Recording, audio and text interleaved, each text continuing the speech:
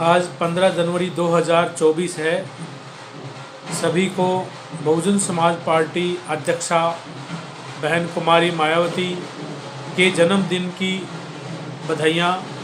साथ ही मकर संक्रांति, लोहड़ी, पोंगल आदि शरद ऋतु में मनाए जाने वाले त्योहारों की भी शुभकामनाएँ।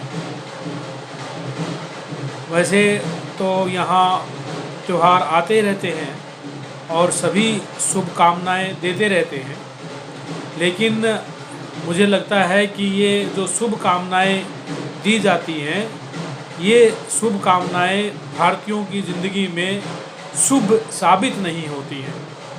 और भारतीयों की जो ज़िंदगी है वो एक गुलामों की तरह की ज़िंदगियाँ हो गई हैं, क्योंकि भारत के अंदर जो अंग्रेज़ों के रहते हुए जो यहाँ पर सामाजिक, आर्थिक, राजनीतिक और सांस्कृतिक जो तरक्की हुई थी, वो तरक्की उनके जाने के बाद से रुक गई और आज भारत के अंदर जो लोकतंत्र है उसको हाईजैक कर लिया गया है। भारत की डेमोक्रेसी का जो है यहाँ पर अपहरण हो गया है।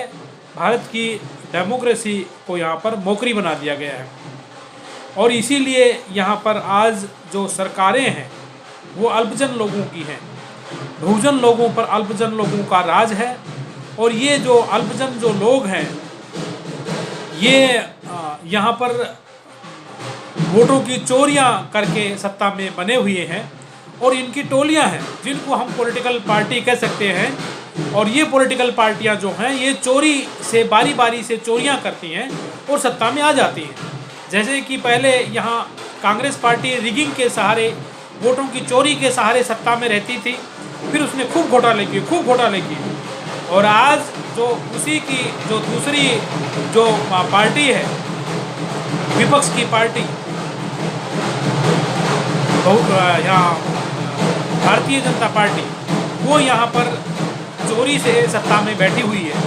और इन दोनों के साथ साथ एक तीसरी पार्टी भी आ गई है, आम आदमी पार्टी, वो भी यहाँ पर चोरी करके सत्ता में है। और यही कारण है कि ये जो है छद्म रूप से कभी कभार लोगों को दिखाने के लिए कह देते हैं कि भाई ईवीएम में चोरियां हो रही हैं।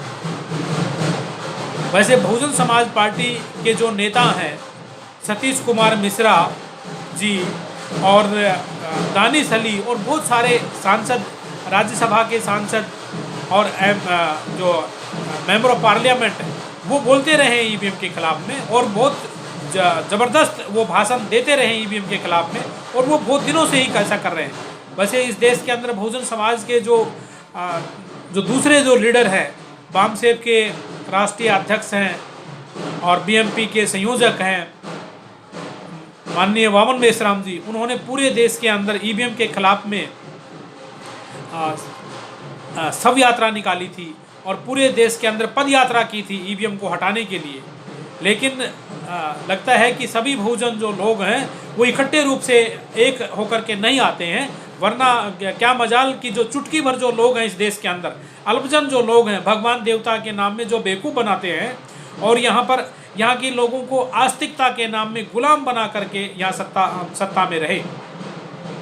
अभी सुनने को मिला है कि भाई एक तरफ तो 22 जनवरी को यहाँ पर राम की मूर्ति का अनावरण किया जाएगा अयोध्या के अंदर, और दूसरी तरफ इन्हीं का जो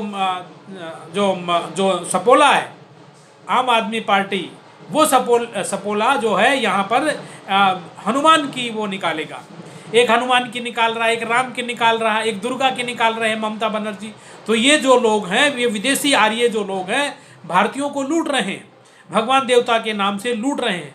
वरना अयोध्या से जो लोग अपने जो 2 जून की रोटी कमाने के लिए आए हैं, जो राम की बिरादरी के जो लोग हैं, राम के वंश के जो लोग हैं, कृष्ण के जो वंश के जो लोग हैं, ये प्रांतों को छोड़ करके और यहाँ पर महानगरों में आ जाते हैं। जैसे कि दिल्ली देश की राजधानी के अंदर आकर के ये बेचारे छोटा मोटा रोजगार लेकर के अपना गुजर बसर करते हैं। और दूसरे प्रांतों के अंदर जा कर के, महानगरों के अंदर जा कर के अपना गुजर बसर करते हैं, उनके बेचारों का कितना बुरा हाल है। ना उनको रोज़ी मिलती है, ना रोटी मिलती है, उनको धक्के मिलते हैं। तो राम की बिरादरी के जो लोग हैं, राम के वंश के लोग हैं, कृष्ण के वंश के जो लोग हैं, वो यहाँ पर आकर के शहरों के अंदर चेकर बन गए हैं, पैकर बन गए हैं, हेल्पर बन गए हैं, गार्ड बन गए हैं। और उनकी इतनी पीड़ा जो और दुख है कि उनको कोई सुन नहीं रहा है।